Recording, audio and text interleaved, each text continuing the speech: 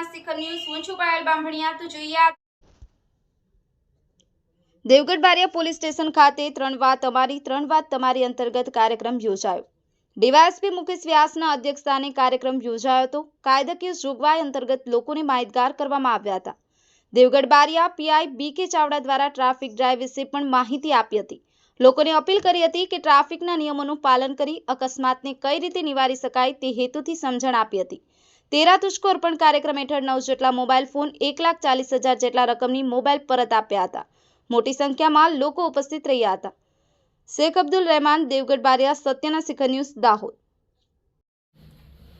આજ રોજ Devgadh Bariya police station ખાતે પોલીસ ઇન્સ્પેક્ટર શ્રી બી.એચ. ચાવડા નાઓ સાથે દેવગઢ બારિયા ટાઉન તેમજ આજુબાજુના ગામડાના આગેવાનો સાથે ત્રણ વાત તમારી કાર્યક્રમ કરવામાં આવે તેમજ